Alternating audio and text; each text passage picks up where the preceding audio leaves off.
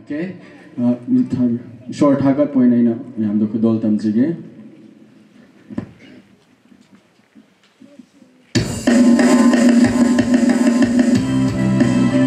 Para hawan mo break up.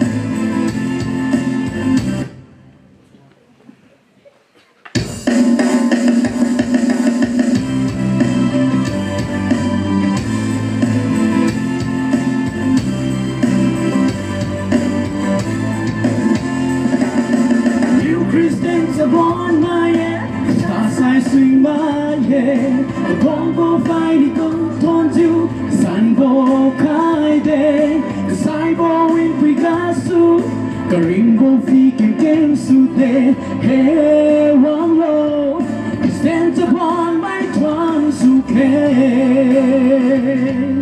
A little Christians upon my head, stars I swing by, yeah. The bongo fight, go towards you. Sun go kai de, the cyber in Picasso, the rainbow feet and game suit there, hey, one low, he stands upon my trance, okay.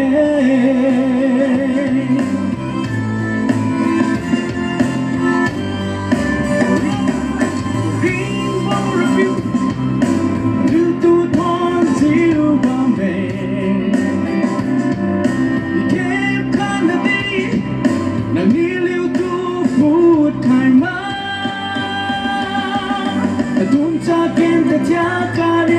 Nai mi kui mata, tatunca kenta tiakaria. Nai mi kui mata, ora piu nange, aliu guma niu kai bang. Aliu Christian sabon mae, stars I sui mae. The combo fine go tonju, sun go kai de, the cyber wind Picasso. The rainbow feet again today, hey, one low, he stands upon my trance, okay.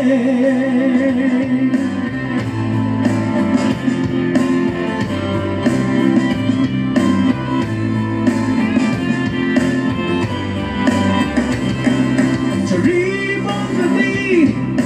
and you are though the being lucky. My swan love. Xin yêu liu tu mà ra, tuôn ra kem ta thia caria, nai mi kui mata, tuôn ra kem ta thia caria, nai mi kui mata, ora piu na ne, liu guma liu kai ba, liu Christian ta bon mai, stars I sui mai. The combo finally go towards you, the sun go kai de, the cyber wind Picasso, the rainbow feet and dance to there, hey, one low, he stands upon my trance, okay. A little Christians upon my head, the stars I swim my head, the combo finally go towards you, the sun go kai de, the cyber wind Picasso, the rainbow feet and dance to there, hey, one low, he stands upon my trance, okay. Hey, one low, he stands upon my trance, okay.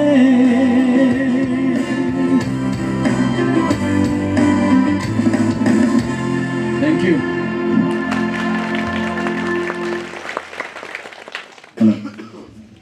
Loan di Maite loan the lole adubo isai di like my loan di fazana sakpile. Thank you brother Ason Com aduga choreography team lim theory kada tingon to khai bati miselo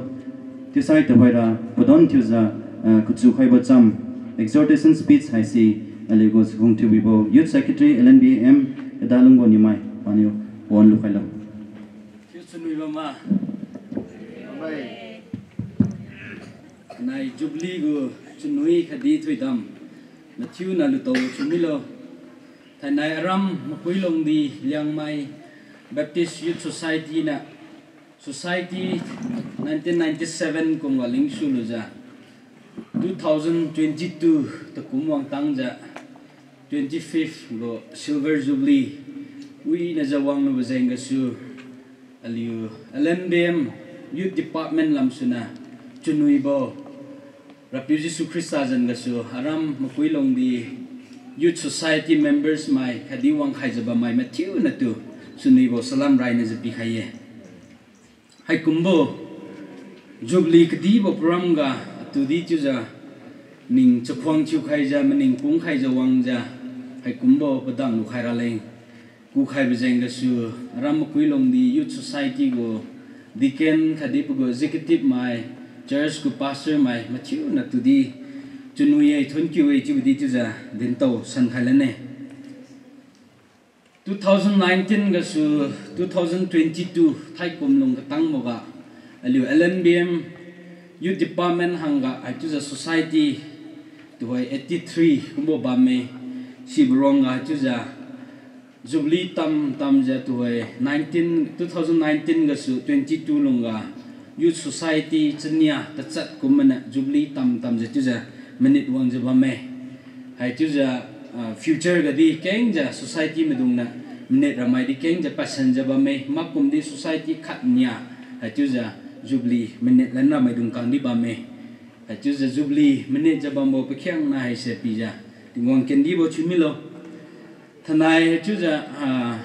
Youth Society keng ngam ta li di hai kumbo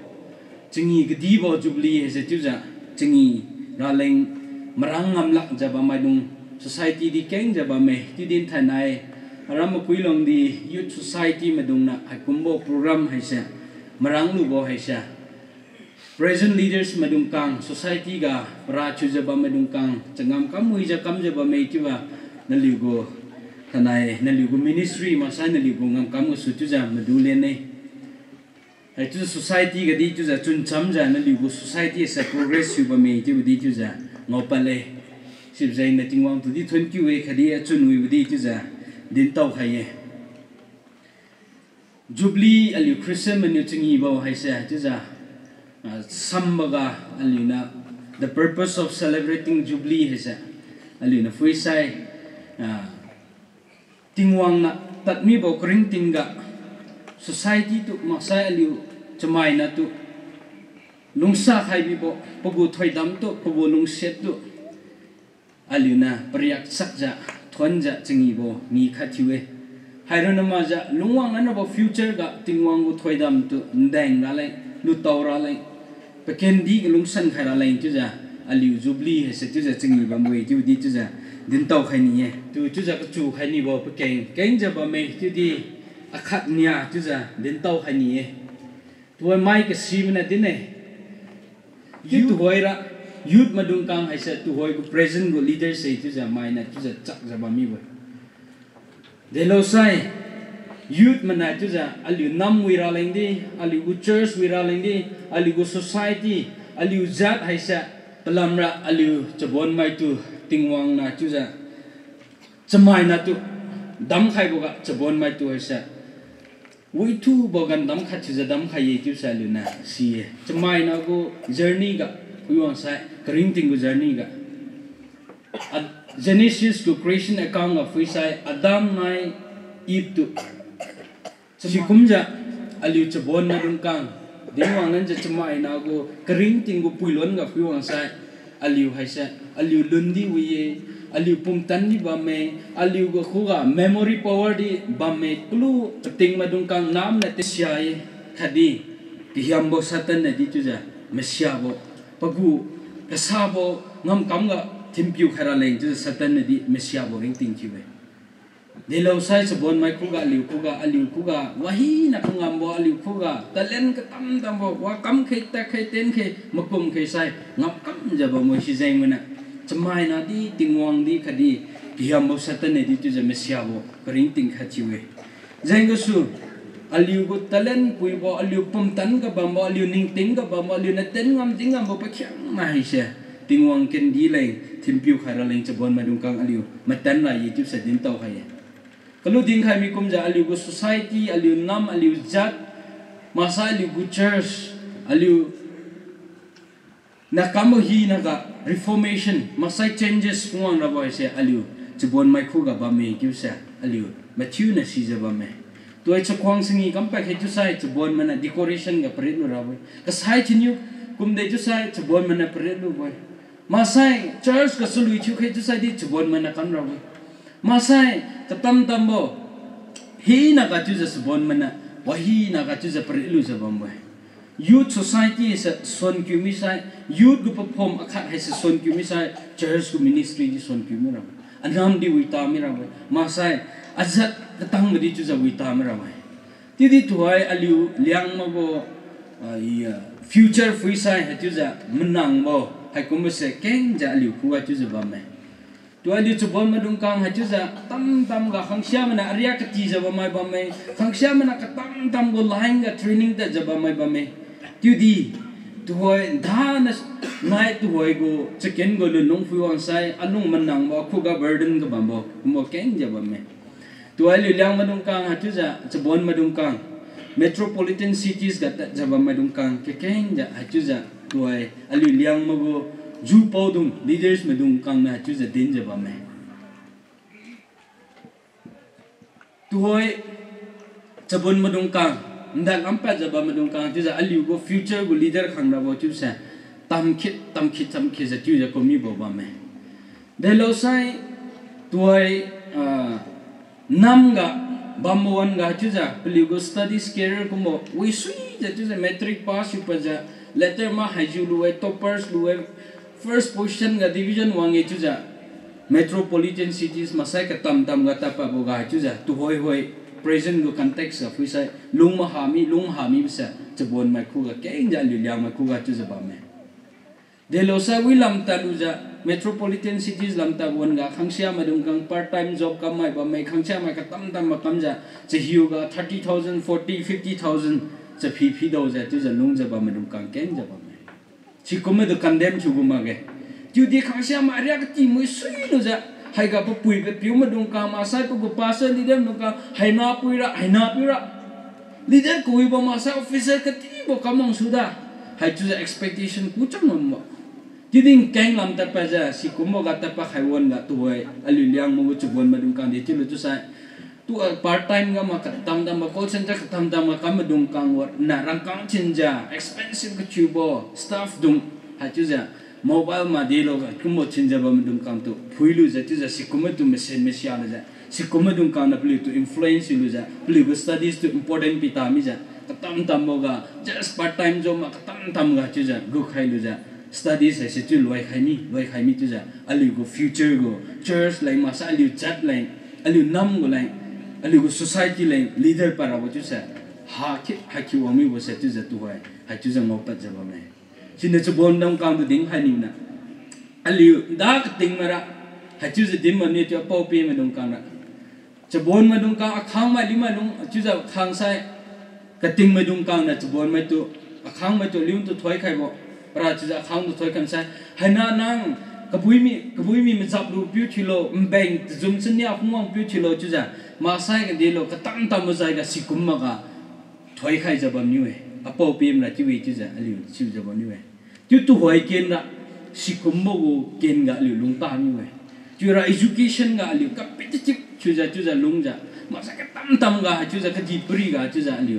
ai kombo go one ga lung ta mi ja tu ra education ga chu ja competitive chu ja lung ja bam wan ni we tha tu hoi ra chamai khang khan UPSC exam khai pa lu pio IS ma sai de lo wa kam lu pio na ta chak sak mi bon nei tu hoi ra ran bang ka di wo phung mo pio na ma sai ka bui mi jam lu ba ka bui ke jam lu pio tu chak ta mi bon nei tu hoi ra hi jai na youth ma dung kang aliu go society lai aliu jat lai ma sai aliu go nam ga reformation or changes phung ra bo hai sa aliu ben ga ba mi bo chu sa aliu makum khai ke si kumbo go kati pri go paka ka temporary go enjoyment ga ma sai aliu kum go pleasure ga aliu lung khai ma ja aliu go future hai sa aliu makum mai lu ja vision bam ja chbon ma dung kang aliu lung khai ra leng pageng ba mai chu sa din tau hani hai ro na ma ja hiu puina lam ga di chu ja chbon ma dung kang chu ja mit hai chu ja de kam tu ra lo tingwang tu di sitabi mi di komedi keng ja chbon ma dung kang khu chu ja pat ja ba me tu hoi ken ga Toi church gara chuja church ga adnam ga wang gara de chulo tu sai de chubon madung kang chuja church ga chuja active member chuja de ga church gu ministry ga involve chuam talu di keng lam ta pasai church lam sitami bazat melun sitami masa gu society lun sitami ja lo madung kang di keng ja chuja ba me toi Delhi ga Bangalore ga li liang mai keng ma me chu di ali go fellowship chuja Delhi ga di Bangalore ga di Delhi ga di ba me chu di shikomo di kha di ate sutami bo lam sitami bo chubon madung kang chuja lo madung kang keng ja ba me sina nang Delhi ga bilo Bangalore ga bilo abroad ga bilo Delhi ga ta ga di chuja chubon madung kang to ding hai ni ajat mai de ga bam lo chusa plan si khai lo ago fellowship ajat ma go fellowship masa ajat ma go leader hai de ko lam kulam sanan ki lo ne exactly no pon se lo paise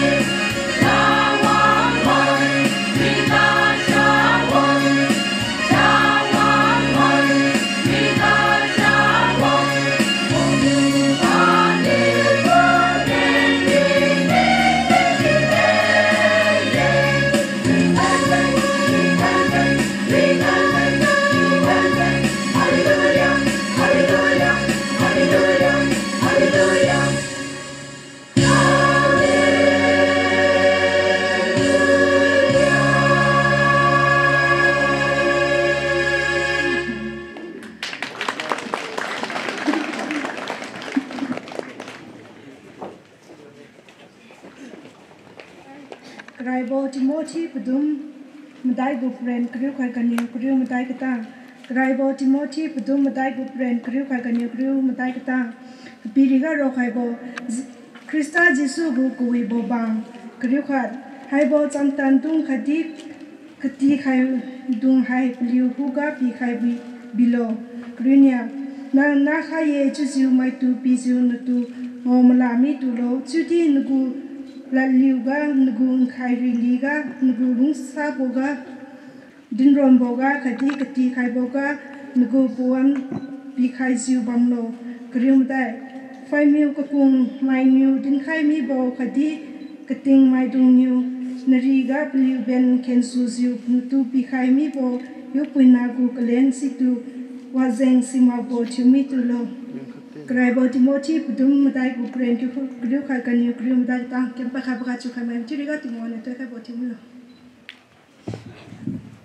Don Kobe Stephen Juta Tisai to Hoida Don Tuza Ntai Son Go Jisu Krista Zangas Islam Tipae Tanai Ram Makuilongdi Baptist Pumling Go Bon Mai Pumling Tizi Bambo Matthew Go Tikko Makan Yiku Go Sangi Ga Today Tingong La Dina Lai Kukai Vizingas Ne Yut Go Bon Mai Go Zupau Dung Matthew Today Thunkip Sampau Kaye Pumling Go Pastor Kade Pukang Mai Zupau Matthew Dung Today Tida Thunkip Balatsi Pau Kaye Said the Koi Tingti Bon Masara Taitulo de Zingi Bon Chibam Tadi Alimtiu Tingwang Lalui King Matsam Karalang Tija Wakazi Baman Tu today Krista Tija Salam Tipaye Hanain Samja Hanai Alimtiu has Pratija Bon Madung Jubilee Go Jubilee Singi Go Toydam has Dawsan Go Tiuralandi Ali Bunganil Kentibam K Hidi Papanye Tijan Tanai John bin Rabo Latbam Kaibambo has see Latwiga Tine be an example. You say my new Kati Suibo my new Nutiang Nazai Kati Suibo Lununga Lumulo Tiramane Yangakara. Global scripture Ken Kamio Punim San Sanazia Ken Kamene Chi Ken Gadala Lage Pakiana Tidi Pratija Kriunia QSC Kikane Raibo Timothy Budum Madai go Slerang Krinya Kiga. Let no man despise thy youth, but be thou an example of the believers, in word, in conversation, in charity, in spirit, in faith, and in purity. Tisa Rakazivame. Tisai upon my dong Nalikuwa my new Katishi Busi Gende Galo Gipse Aga Bible Rakavame. Sisa di film samra kam ke se thoi kadi pri hai se bon sami bone kadi pri ga kui bo song sawani keng dang mi bo won this ba me chidis mai na lis mai khat thisa akhang madung ali madung masa nam da li lung kham tinga mai nya tu khong thi khai bo ti si ali masya ye har maza mai ronga kating mai do new As Hanara we, Hanapiro we, Hanapuro we, Tiza, a tuka tot kaibo, Haisidi, Limatina, Masene, Maraye. Chidi, Mini Masiaba Lunga Lunkamang Mai, as Hakinara, Sasa Pilo, Masra Hakinara, Walun Tane, Hakinara, Timanu Samnibuga, Pubuga, Pimabuga, Tiza, Kasabulam Tizia, Yamadung Kenka, Atil Lumdi Bambudi Bame. Ali nothing adi ya le liam na lung keng ka wi giding lung lam tira mane lung dong le liam na lung keng kara tamai ga si rekti bai cha ma tamai ga rekti e tidi ira tamai ga rekti mage achi ball se tamai ga rekti e ke pa ne den as tamai ga rekti mane jam na tu dap la we chiwe tisra tamai ga dis rekti lage ti ida tap khai ma sa sa boga Sa haramana nin tu tabrawe haram tu tabrawe tibo sanali yamugra haram na dura kamwe tibse pesan ketat boga ning ting boga si boga se kai mana haram na party kan tu tabrawe tibo se ali du kam pin khai bu si bam die china chi di bible gara nang sabon ring tinga de chi ju lung lo chi bu si di ga mi san sa vi ro kha me ro liu sina da long mo ne chi ja exhortation ga ka chu kha ba chi di khai me ne ting wong ne ali samai na tu dam khai bu se sabon mai chi ju dam khai bu ni na di dam khai ma ge pau tam pi di dam khai ma ge chisra krai ga mathiu ni mulum bam di bu se sabon mai se future go leader e chi bam di bu se ma ji ta mi bu se sabon ma dung si to khoi go leader e sa si jangas na li ni to khoi gas na chi mi ra ba che bible ga da khai bam se sabon ma dung to khoi ga ne nang si example e chi mi bu sa you are not a future example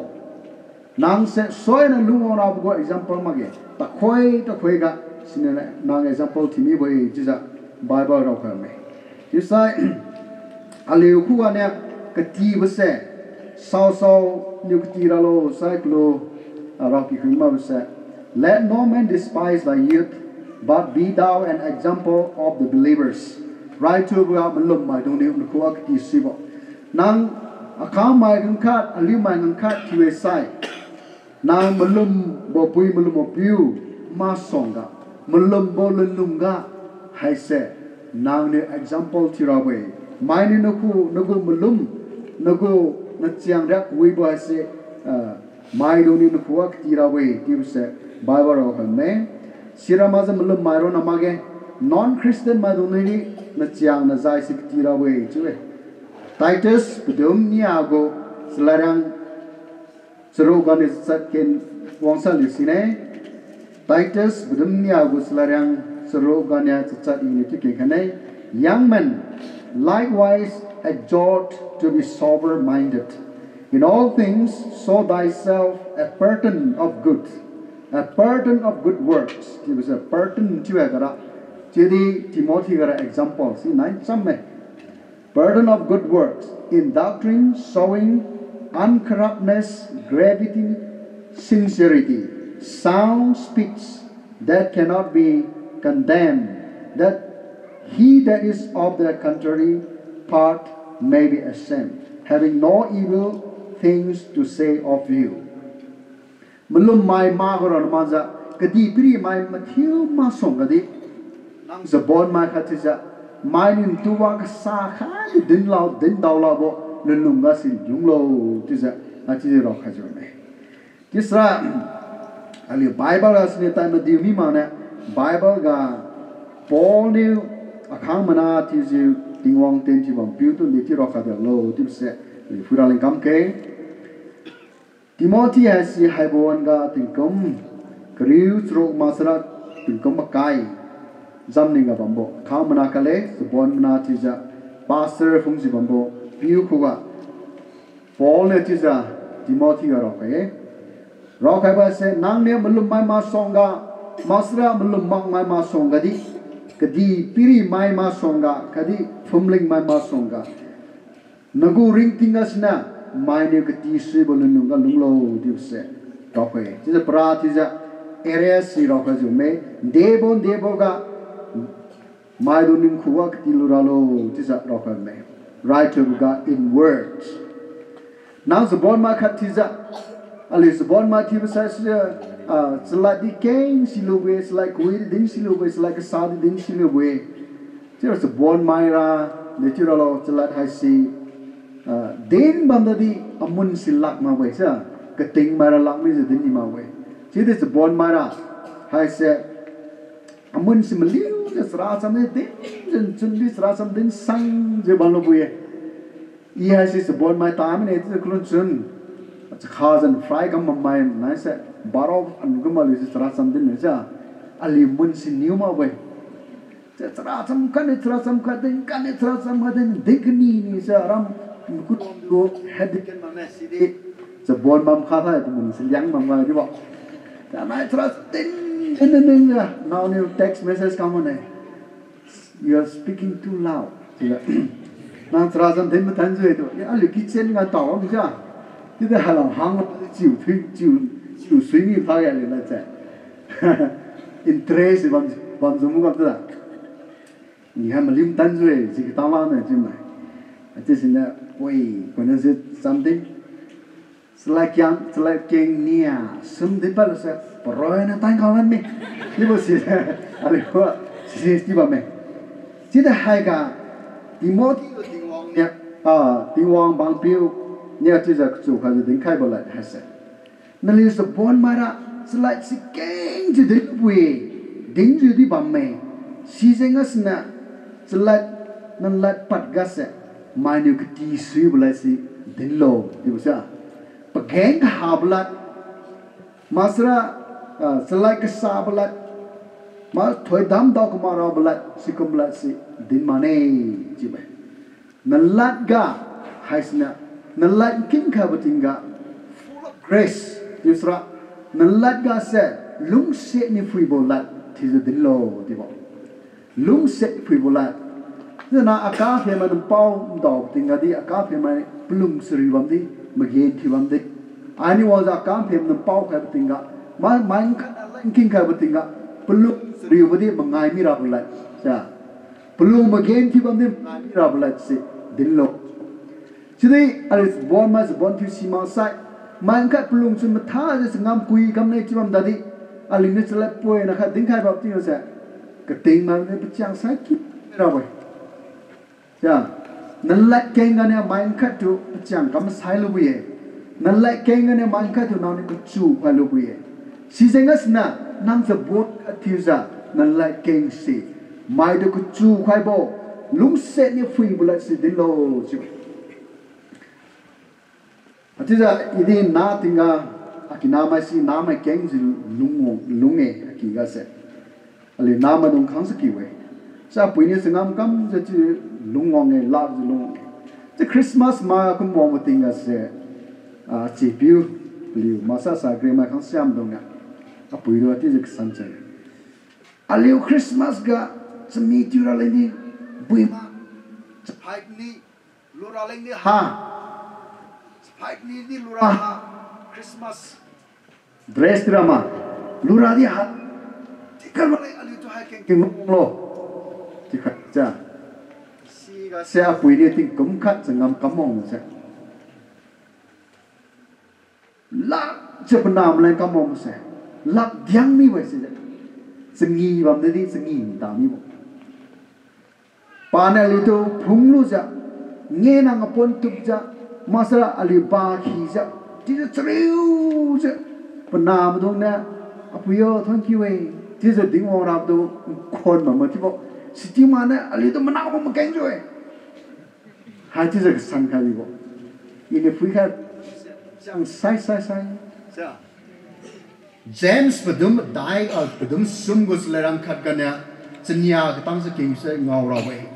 haibo alihu ali hai se para hai cha haibo nali ton hai sne namai du thoi lu we thinman rek tilu ma hai se masang thui bo mai cha bible ga ne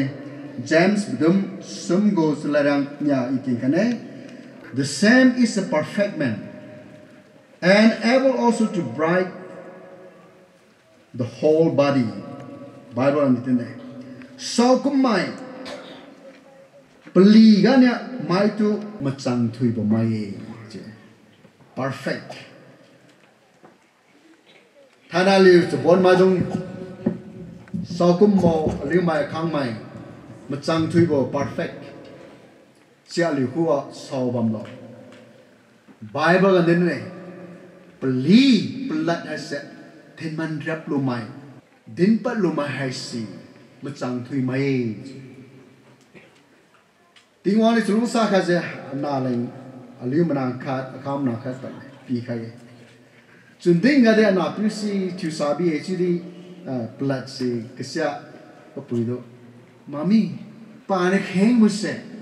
plat si lung se khung bo ye si kum ja ali so bol ma dung se apu ya pi si lak mi boy jadi nan la nem mui bo ti se ba me si jengas na Paul ni Timothy ko ati deni boy nang ngai si nan lat ga ni mai dong ni ka ti lu bo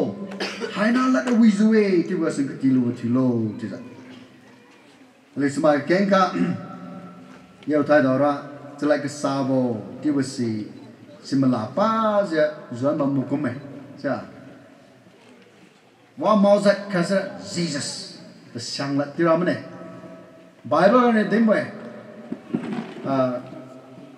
Giêsu mà sẽ tình huống dân sẽ bắt ghen cả các thành viên đó, chỉ bảo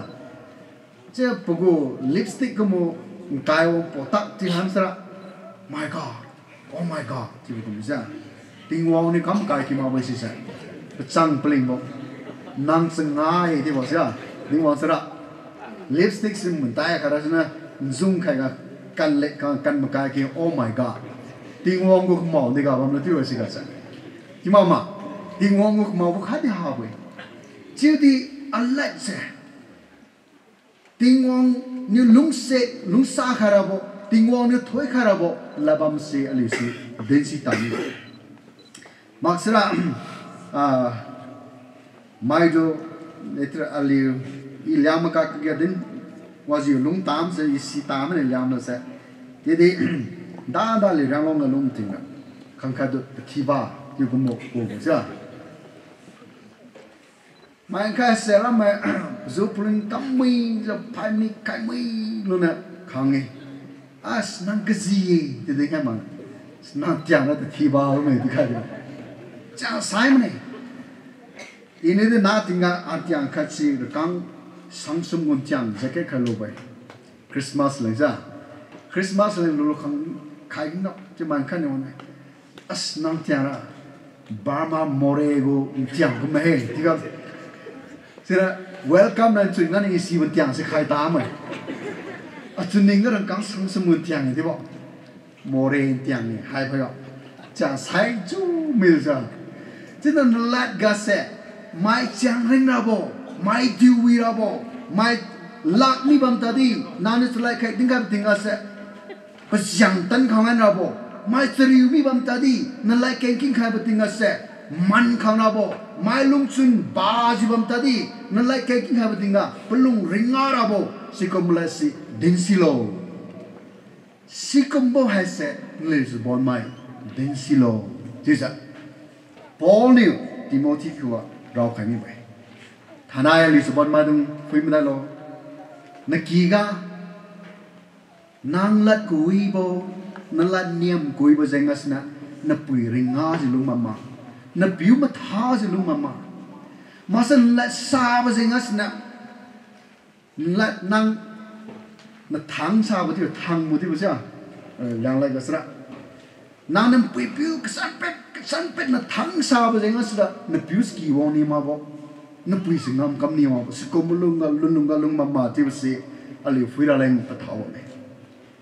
Bible cái ra chang pling bo tí giờ na lý số bốn mai dung na lại niệm ga mai nó cái tí suy bộ lung lâu chưa đến như vậy nhà cái sai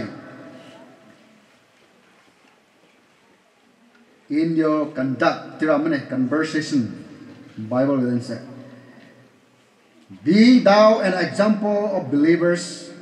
in words nhà say in conversation masa in conduct tira mane in siang zali masa manners of life hay say 2 Timothy go madai kariwa kensai ngarawe 2 Timothy madai go kariwa di kunda ke for Demas had forsaken me having loved this present world and is departed unto Thessalonica Crescent to Galatia Titus unto Dalmatia forsaken Pugu conducts 2 Timothy 4 go 10 okay that's it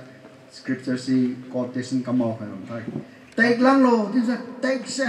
nang lang hom gap tiêu pressure ko na si ke paga prim mana tiwira tu sara sim ra bai take se sa gan se nan lang hau gap prim mana klo angon mari ma bam tan do kitchen nga ti ha gan rim si laman am piu pa dengan sangon mari mira sengam khan na tu kamlo ti tinga sa na lung chun kyu je kamlo chi in your conversation ja no kan ta ka no manner they come no se aliu se bon ma naliu se bon mai dung se pra thiza mani kam ma bo hi ni kam ngam sui bo wone ati mani meng tang la bo bam ga din ni meng tang sui bo meng tang sui bo mlang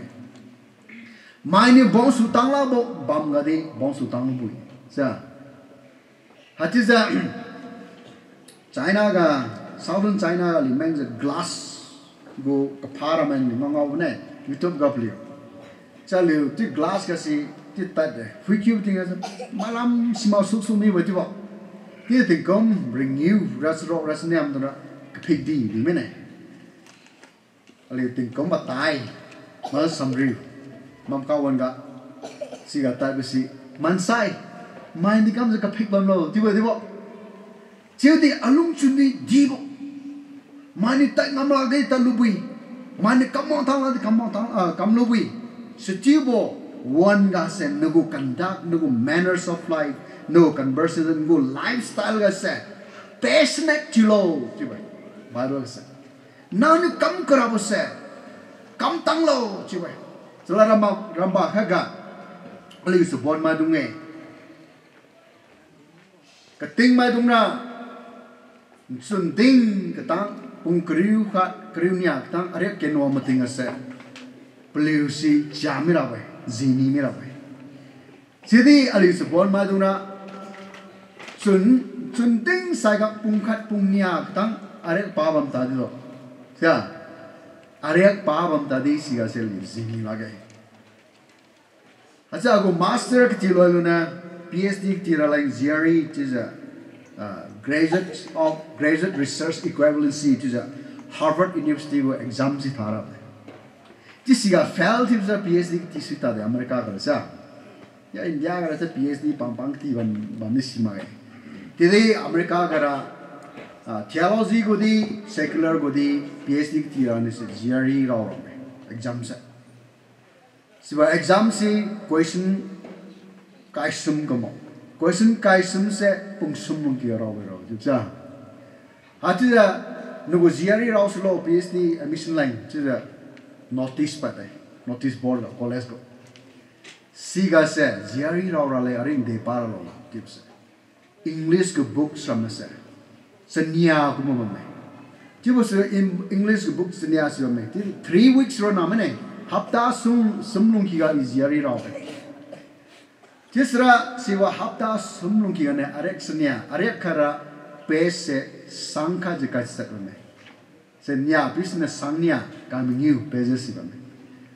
tisra hafta sumlunga arek senya se pese pese se 7,000 songken jo pai ja sisu kya panyang hafta sumlung ki gane pas exam rawa PhD link selected. Doctor mene. This is tan pao mi se si se. Hafta samling na are khong chunya 7,000 pages song keng are parap se ngam la ge. Chida li so bon ki ba mo si wanga se 2005 de. 2005 was it 2000 si wanga se ye tum kuma kai san ro na ka di ba. Chiu bi da are para lai sikeng king mamdi hafta samling ki gana are sikeng en palu sisin de gane pro passionate he has passed the master swimage he has passed the master e PhD ken dala da e ngam ra da sisin isima dala ge chibo passionate chibo nakuwa kam kani bo se kam ngam mo tipsin ko de ba me sisin asna pol ne den na liu kuwa kam ngam mo sidi ba me Liu Jiang Zarek se we to bo. So in every good works, close the mind of tira ling Titus Domnia was a little game say. Wa kui ba hinangam mind you kitilo bo tulo tisa Bible tira kha. Tisai aliu tembo kambo hai se. Aliu si kam da thui rai kamong tang rai. Nakuwa kam ni mene Tuni mene ti se ja bon ma kha ti ja kamong tang la bo ti wong tang la bo ti kha Chawong Greece ma go chawong Alexander has this bon ma ti Simon tình kum samriu sang na sai mani sa ti pa ne tình kum kai sai ga ngap kip tinga kati pri se agu thurawai pa chap si janga suna pan chun men simaza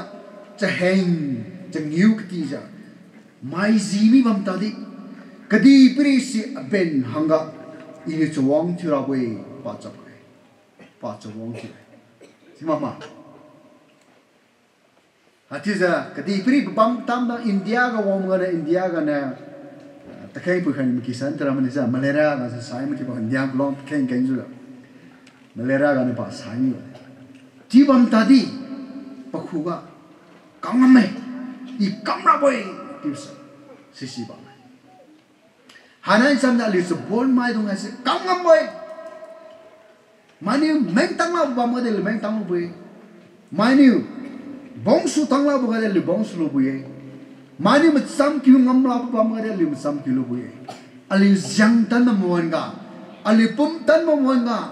ali zulun wi ba mo nga ali gu ning ting wi ba mo ga won ga se kam kra bon sa ne hai ga ne ali kam ma ne sonai tan pa mi sai tan pe mi sa ne as inda ju kam lo misra ti ja mani ngam lam ja lung mo song ra khoi Paul na Timothy nai Titus go ding kum la nai ni kam kra ba se kam tung ngam se passionately nai kam no ti bu ting ngam philo hai mai dung ha kum ngam kam tang lo e ti se sira lai ne Poland gura channel si pa na mai ti ja bon mai ti ja French men go dynasty pa ni thi David the philo Daniel to the philo, Hermas Joseph to the philo. Please, the born one magasna, non nice the Mariloza, Kuibo ten se, Lumsabo ten se, Sangam Kuibo se, tis a please, Maranmi, the Kulos Lumi. Glory go, you secretary de Mene, Aliam Madura. Upon Tanma Muanga, a Zolun Wibamonga, Ting Wang the Simana. Ali liang mai fellowship nega bamlo nega jisu bamlo nega tiwong no ko bamlo te phiu mana zau ki phiu ta chon ma hin se le ne na bam phiu ta khang le lung mau thi mau ra phiu ta sonem azeng sami se marani sa ga akilo na mono kas delhi plukum lung man aram klong na sa zo e delhi la men lung ma su e ha ga lung na kapak ka pui mu ko lu na malik thi lung mu su e Mấy giờ maki kong khiu giờ maki piang khiu maki gì ham cái tha giờ lung ta giờ sáng tai hôm nay bật geng khai maki munga nên tàu dinh chọn phải ngồi cái bác samrium khi khai lo tình công lôi hoa giờ lá kêu lên nó giống chọn phải giờ lá party thì man sai lung lung đó thì mà saoจะหิวซุ่มข้างกูบิลูข้างเต็นเราจะหิวซุ่มไม่ละไม่ว่าไม่พูดไม่พี่ไม่ว่าจีมันน่ารักน่าหาซึ่งน่าหาซึ่งว่าจีมาสุดอนจุดจังกันสุดเลยสุดลูกไม่ใช่พิ้วพิ้วจ้ะสัตย์นี่ความจริงของเราเฮ้ยข้างเราจะทำกำเคโลจ้ะก็สระไม่สระสิไม่ที่มาSerasi meram na kuang na cik cengam kam cik lukam mati kam cik husum sana kropati timrap malapai lomira lena makemi bajang na sana passionate we not before ya dinin ne class 5 relams na atum ko tami bai pui piu se class 5 di marui ago marui mu ko homi bai hatiza Detiza asyang tan mamuan ga cengam kam ngamuan ga detiza apu tan pau wong ki mo tan pe wong mi do aleng kam pilo ti kheng lo asyang tan mam ga ai kam su won ga ha cengam kam rasna kaung tong bi ga da li aryang gi wa cengam kam ja tu gi ja sa siwan ga si tu bang ga sulan si malo Kaun hiu eh, chính kaun hiu sai ga next ga sing kaun estro eh, jiba, jib za paulung se, maki lai se sima mo, maki mo driver ne ka, nangi nung si kiano, trip da, ni phone, tiung pas eh, นั่นเนี่ยคุณผู้ปีกันยาโร่นี่ผู้ปีตัวเรียร์สิที่ผมพูด driver สิผมที่ผมการ์สโร่ไอ้ที่บอกกายนี่ตัวบังคับใช่แต่นี่ผู้ปีตัวเรียร์ใช่ดูแต่นี่ผู้ล้อรถอาชีพเดินผู้เนี่ยล้อเลยที่เมื่อกี้เลยสิตาว่าเดี๋ยวใช่อาลีนุ่ยเดี๋ยวคนนุ่ยเดี๋ยวคนนุ่ยใครว่าบ้างเนี่ยจ้าชีวันก็ใช่น้ำนุ่ยที่สุนทรีรำใช่รักการสัมฤทธิ์การตายเจ้าปุ่มตันมาเจงก็สินะนายข้าก็ตาทริปมาได้ระมาจ้ะสิทิววันก็ใช่อาลิสติจะลุงวิระเลงลุงสิงคิวระเลงอะไรสิระเลงสงามคำสู้วันก็ใช่อาลิวมาตรงนั้นอาลิวเลี้ยงมาขังเลี้ยงมาลิวตรงนั้นเด็กคำจ้ะมาคีไฟนี่ท่าตันมีมาคีเทคนิลังตันมีปุ่มวิบัมเทนะก็อากูนิ่งติ้งวิบัมเทนะก็อาเซียนตันมันเทนะก็ไม่เดลิลามาคีกูวันลุตลิวตันสิงส่วนนั้นตันเปาตันเปรังก็ลุงเราวงก็งามตาเนี่ยซีเจงก็สนาลิไม่ก็หาตังเราเนี่ยไบเบิลก็ได้มันเสะนางนั่นยังตันบางวันก็นูกู passionate ที่จะนางให้เสะนางนี่มุกุมมุสินางกำมองตามสุวรรณนู conversion นูกันดักเสะไม่รู้นึกที่สุวรรณที่จะลุงเราก็จังเพลงบอกอะไรยังมันน่าดูให้สิดีติงวางนี่ทั่วกันอะไรดีอะไรรำวียังมันน่าดูอินเดียนวันนี้ยังมันน่าดูก็เก่งค่ะอะไรก็ตีดีอะไรก็ตีมาดีปราที่จะอะไรก็ตีมาดูที่เราไม่เนี่ย BA กันเนี่ยมันทำให้มามาซะ Matric กันเนี่ยมันทำให้มาดูซะเนี่ยดิ้งขันเนี่ยว่าเนี่ยดิ้งก็มาไกลข้างตามกันเนี่ยยังมันน่าสบายมาหินเนี่ยจะลักปฏิทินลงไปเนี่ยสิคำสิลาซะหัวเราอีกที่ไหนเนี่ยใช่สามมาข้างเราอีกที่ไหนเนี่ยเดี๋ยวที่จะงามคำจะลุงดาลติงคำสมลุงแกนี่เนี่ยที่จะลักปฏิทินสุโลที่ที่ไหนเนี่ยมาลาไปไม่รำไม่เนปาลีมันดูเนปาลีมันดูจะอีเนปาลก็เนปาลีพิวให้ตัดดาวเองมิคิลาสิบที่สินาทุยเสอัช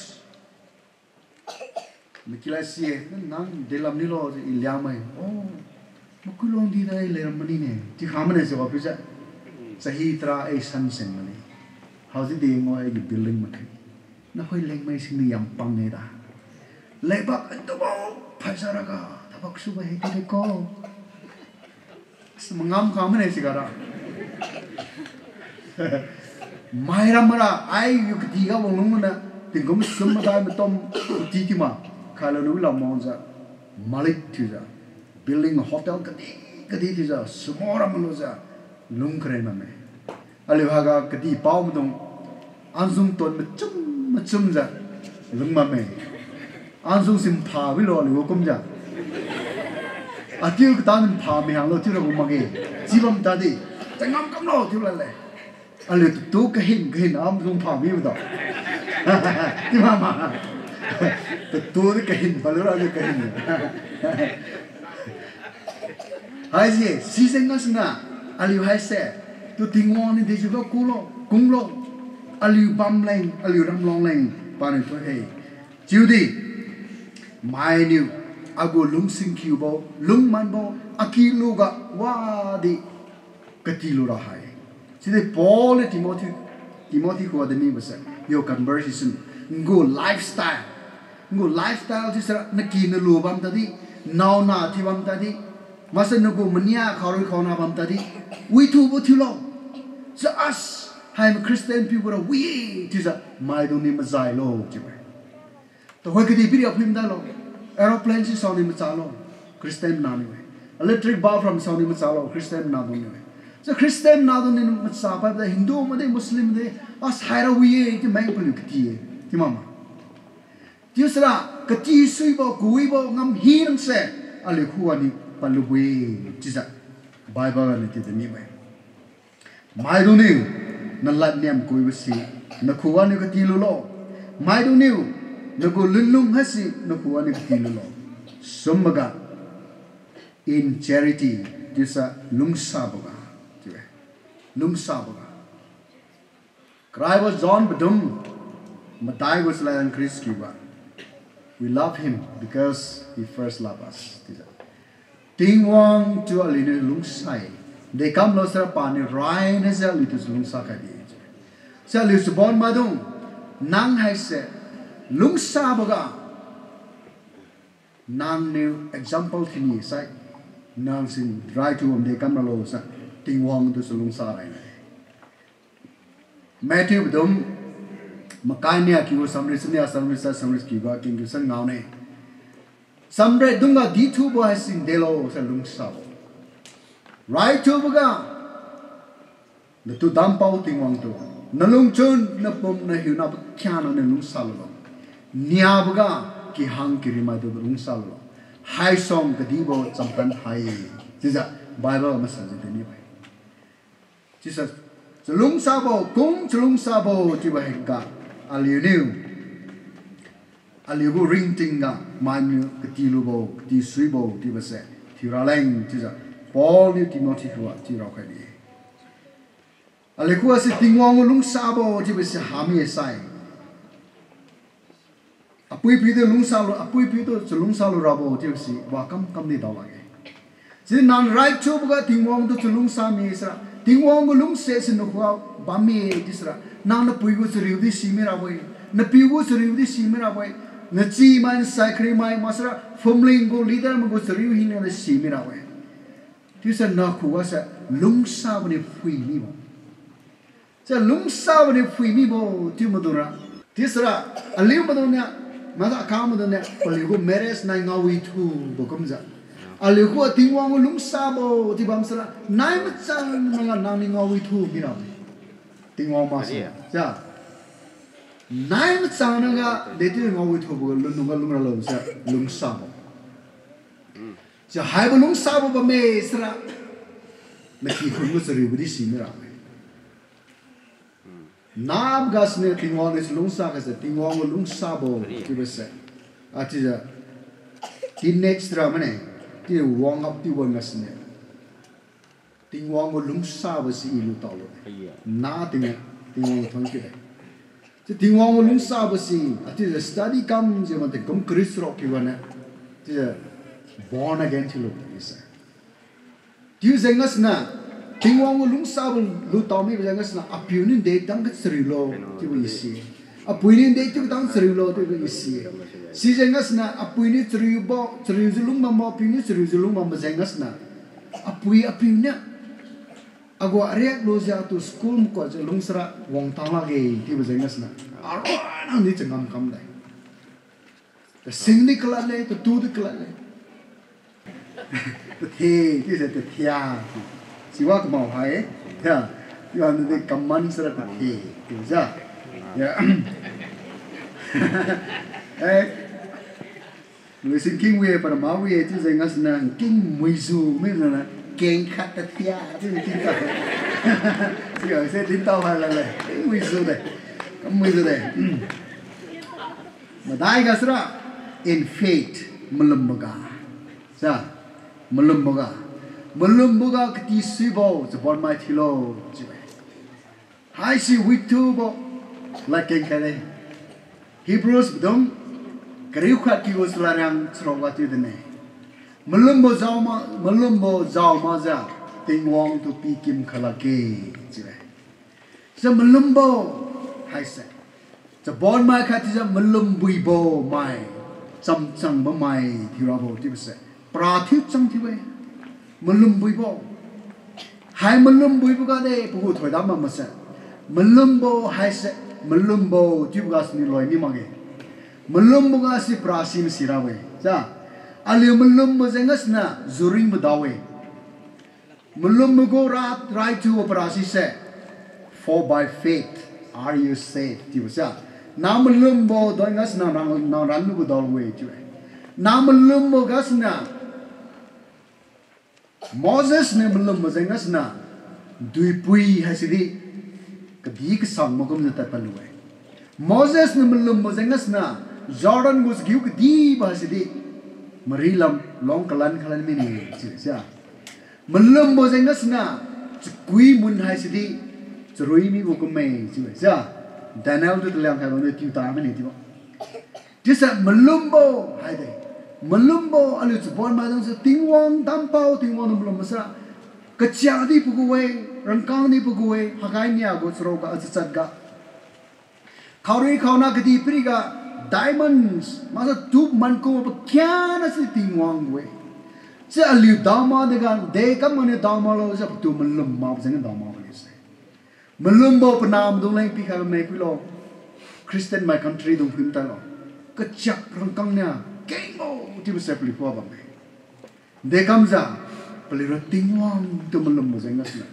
Tingwang tu melum saya ada ketie, tingwang tu melum saya sengam kame, tingwang tu melum saya sekitiwe. Si saya ngasih beli kiri ku diang, beli buat sidi widyang, beli ngam kam di widyang. Dekam za, melum saya sengam kam saya ngasih. Ramai betul, kerium dah kiu selarang. Makai sum kiu kensra ngarawe dene nang kamam tadi belum bahai sai none siwe jali nam dong sebon medung na arek ti beting ngase na officer turawe je belum zarek ti masra nang arek ketiju non kamam dai mama arek ketiju non kammo jepsa i arek ti ni bese is my Q something ne tibu melum za rekti mag sai na puan kam hai na pui pi ur kam hai si song ra rekti mana lulu ten ni widyang na we ko bi lu ten ni widyang na we nai snap ki gam ki diga time pass kam mra non ne ju jisra nan kam mo hi se tingwon dam pau tingwon thoi khara we chimlum ji kam lo Bible ke ti hogap. It was 1993 ga Bible ke ti hogap chile. Bible ke ti hogap tu gasna. Bible pa hogap tu gasna. Na khat mana kara. I preacher tu sang nei. Ti bus I melum me. Dega thuralo ti si mang. Jadi I preacher thurabo ti melum me. Si zengas na tingwang na to be preacher ti ba. Aku preaching schedule se pon ma sana engage bang. Hai se dega ni dalo sera ini kam si ga ni damo betul melum kai ni tingwang ni mau malja atau bisa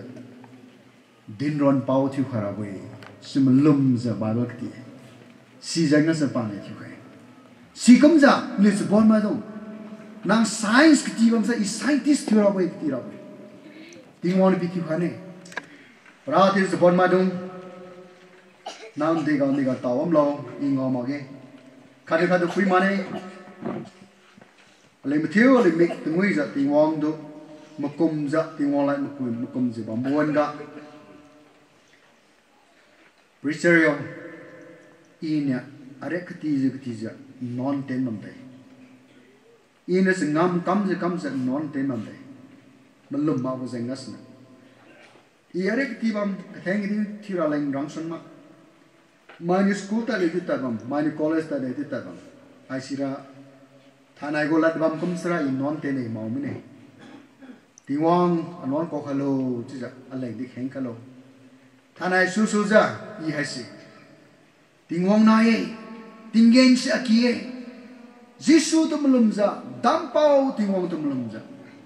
Joseph tu zel was mazang palza, Egypt go prime minister piti kai ngambo.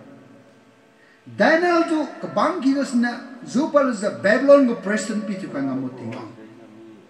Hanai I to bon ma khate Makuilongdi alumam tadi senapati go DCD tingone to pitiwa ngame. Hanai Makuilongdi ga lumam bo I to bon mai atu haisi tingong nira. Japan gadi Korea gadi masakati pri bam tam gadi professor, master scholar, master scientist, master preacher. Missionary katsrai bade piti kan mane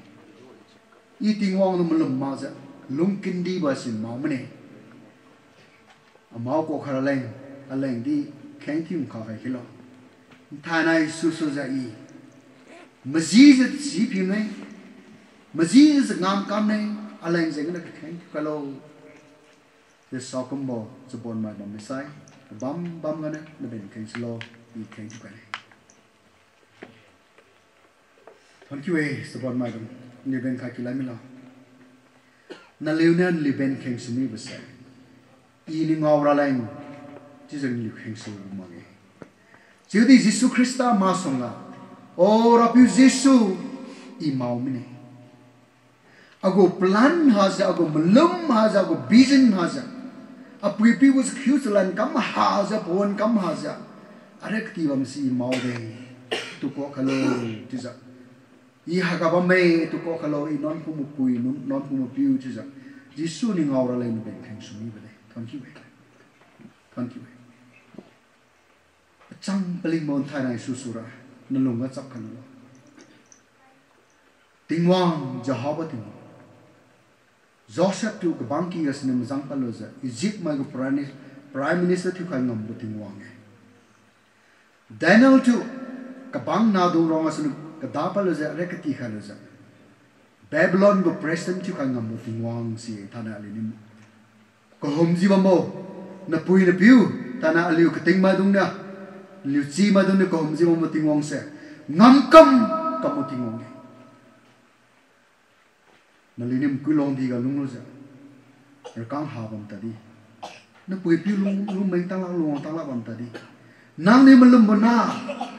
bo se bon mai malum bo aliu mai malum bo akhang mai thimi sai na ring ting na ting on kam ngam la wo khat na di hai nang na lum chun pa ma ba zengas na la tam mui ma ba zengas na cheng zali wun ma ba zengas na go malum kha ba zengas lung sa si ma ba zengas na pui ni mik duin de jiu ka zau khai mi bam tadi thana ko khalo ti kheng lo na piu ne blung chriu za ana piu zengan ne che pa khang pa kyu za ma ki yer ka pi ta cha na ni kam chriu kha mi bam tadi ora piu ina adon zeng na pui kap kha mi bo adon zeng na piu blung chriu kha mi bo si di ko khalo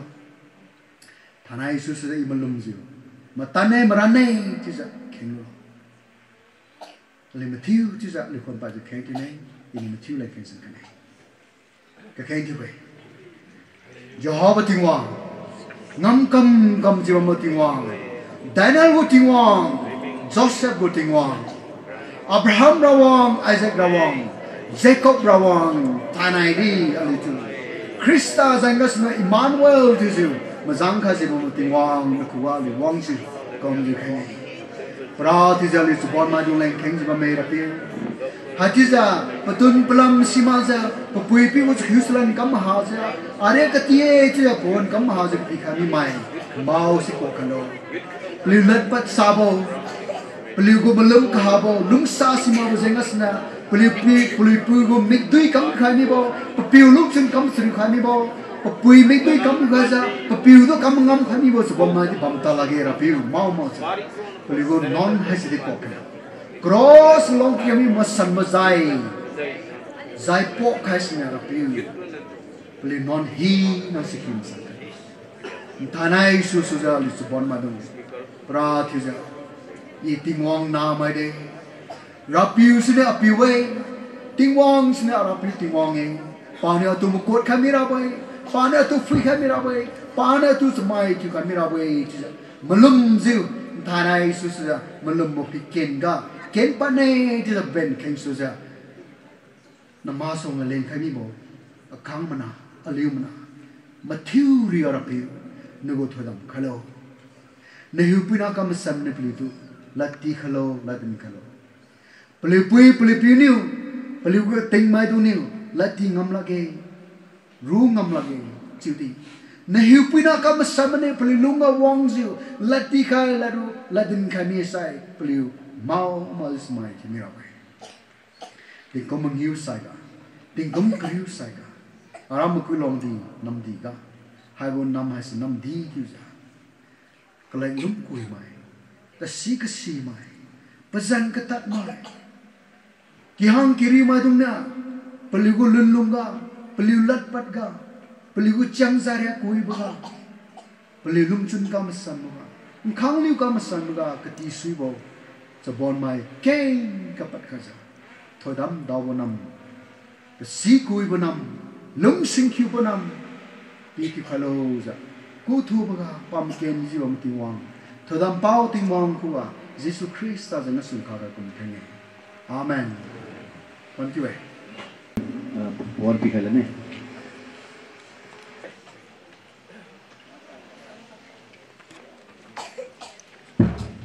To chuan ne tu ja li pon lo khalan se ti pon hai si bam na sok sha ma ta la na ma bi bam zenga suna li li ko na zo sap so khalan na ti so khalan boy ti je rai boga ti tra jin so la de ti je sam ta ju ken kyu ja li wi ta la na kami ne rai boga bena youth society ta babang ali babang bang to so kai sa wi ne sigaso LNBA-M sub center youth society sigaso bena Wang Baptist youth society sigaso Wang Pumni Baptist youth society Ram Tinglong Baptist youth society ai mai tong hai situ je bamba so so ka sai ali go kelen po na society le hai ni zenga so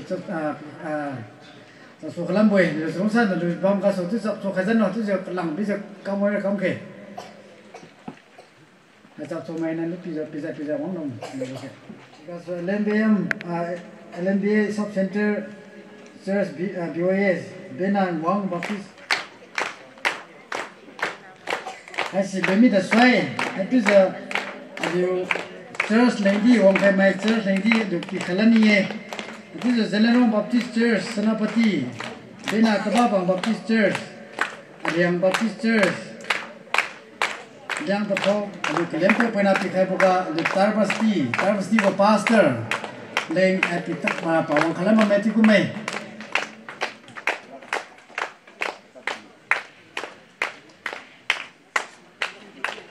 we go Tarbasti was a problem. Akwai kai khunnar ba Tarbasti ki pastor nang mere din pham digi lekhat ki radi phagni bam ga chap so khaisa wi ne talama akwai ki special number sak pi ba lam le hirang nang ai dina hoi lon khang ra hi ne khanglam den ne som na law da ai hen se to ge da na hai ore se ke he ai su ai ki thamoi kai ge to re ba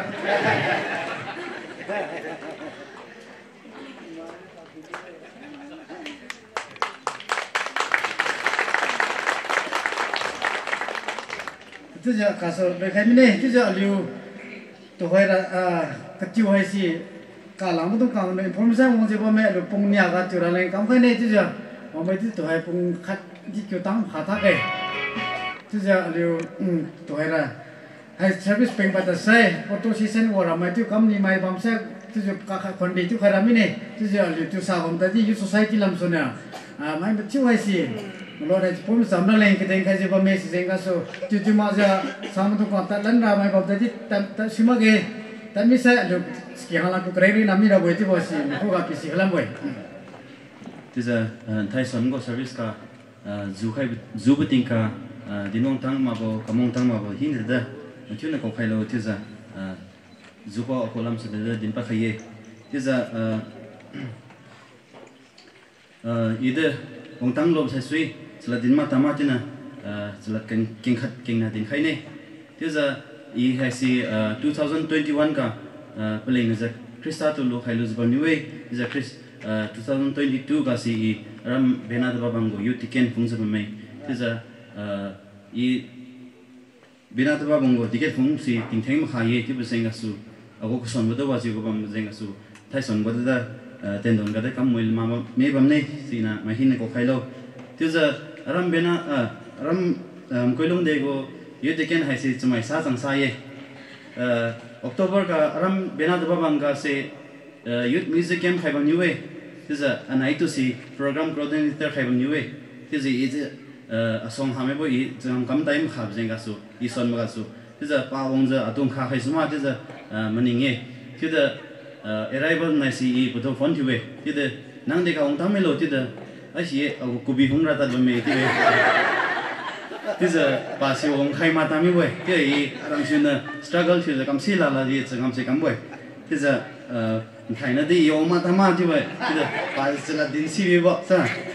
pelat name si wibibo hezeng kasu ong mata lagi tiza thaina ibu kansi ong za bombay tiza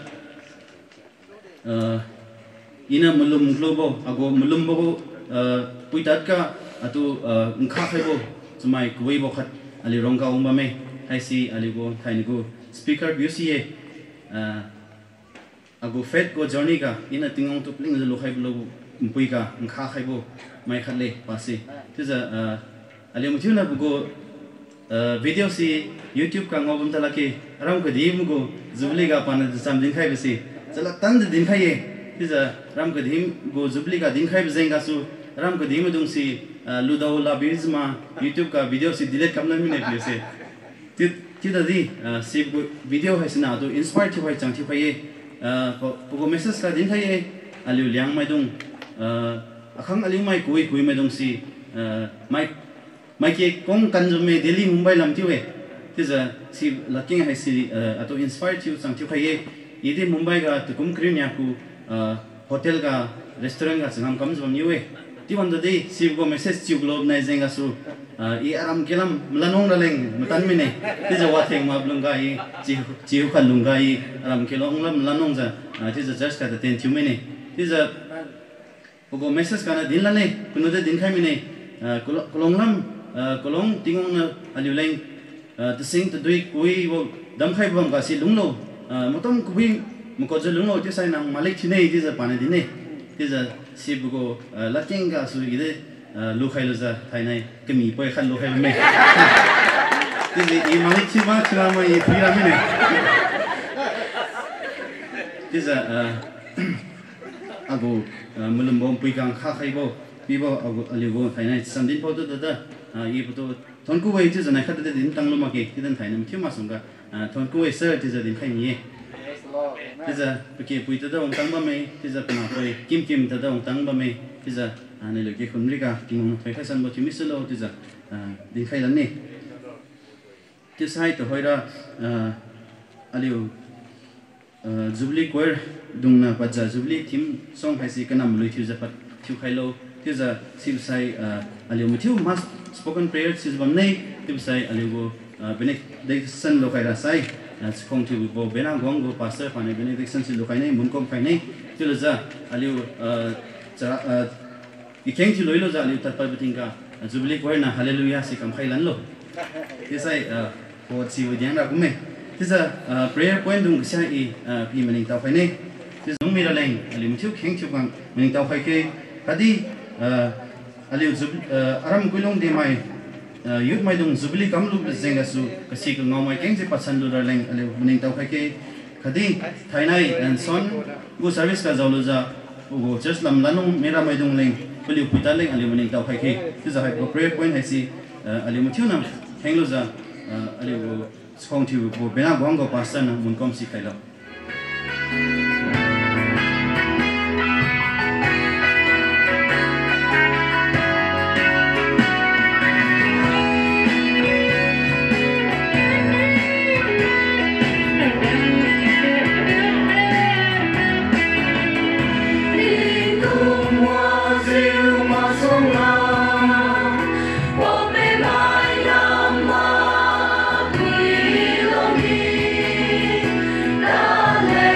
Makuilongdi,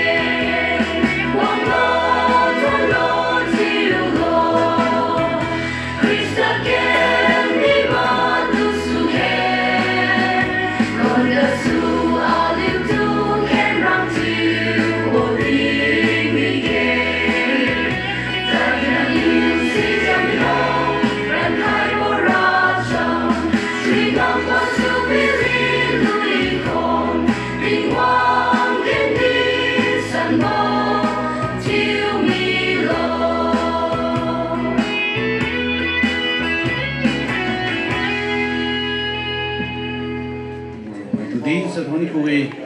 nang nungsa khaisa Makuilongdi Baptist Youth Society itu lukai bukhati uniform suk mi bugo kumu kai mu kyu wong tang mi bugo silver jubilee haise lina marang suga sun thainai pratibo thank you dimiktam na alitu zang khai jong khaisa lina marang mukum janang kha khaisa wi ze pi rong khaisa rapiu sibto mling tawdu leng peng khai di jok su khai the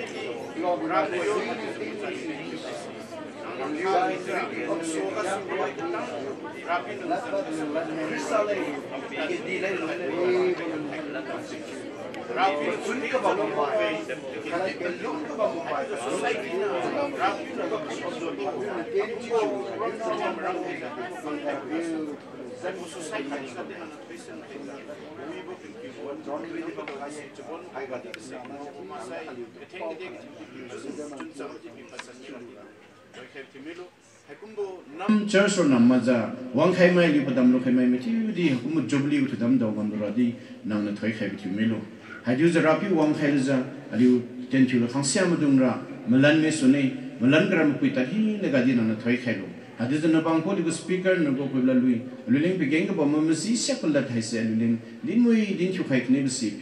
di bitam koi ga chrin pum kai pum za bang ko khangza bse king ne bikam se bitu melo Tizali bu society aliu zat ka kakali ba king paja aliu di mai zat kum mai kum za aliu di king ka za sengau za mai na chakfong thi bu zat thi lung pan me ra ti na thoi khep thi melo he kum bo ten thi bu ka rapiu ti za munran thi za bumbina kat pa za chana mo ji ga cheu za ta thang thi za mai na khan kya za chi ga kampak me me di ba ji me he kum bo present society khadi pni society leader me to committee tong kha khai mai nam namai me chu to di rapi na thoi khap chi melo kum ngam koi kam ga wong jaw khap na ma ja lu singlan pli pum pi pa khai me chu to di na thoi khap chi melo ali go ten chu si ko so ga so ko loitan na ma jang khai de wi je ta ki club seng na sun to thon ko we kam khai me phi na sen ken di ti melo to ha de no thilu za ka so le ta ba me suni ha ka so le ta pa ram na bna di beauty ung sa kha na beauty ung set kha di pi na san sun to ha ting ting seng ali to ma jang ja thoi khlen na le krista jan ka so ken ko amen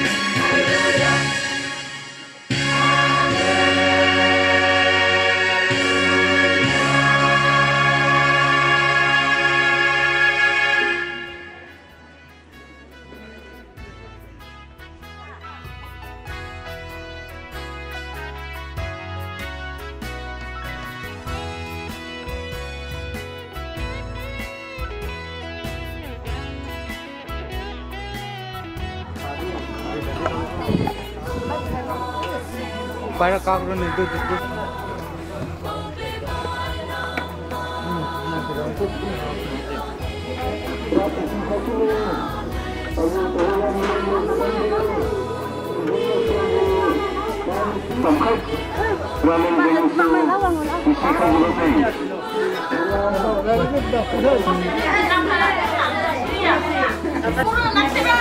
Yeah, yare si fazare.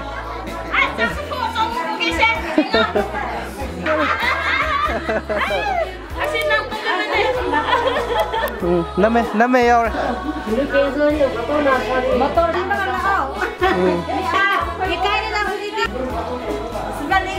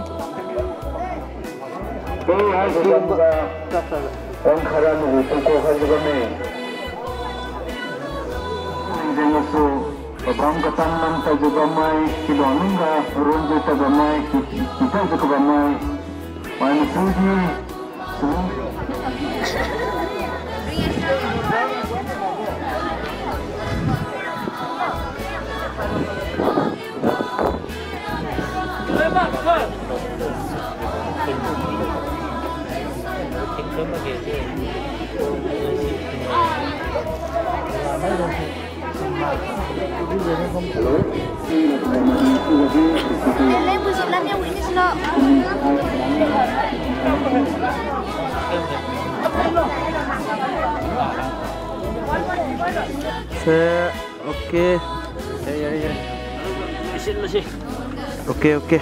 Sir. Short. Nice.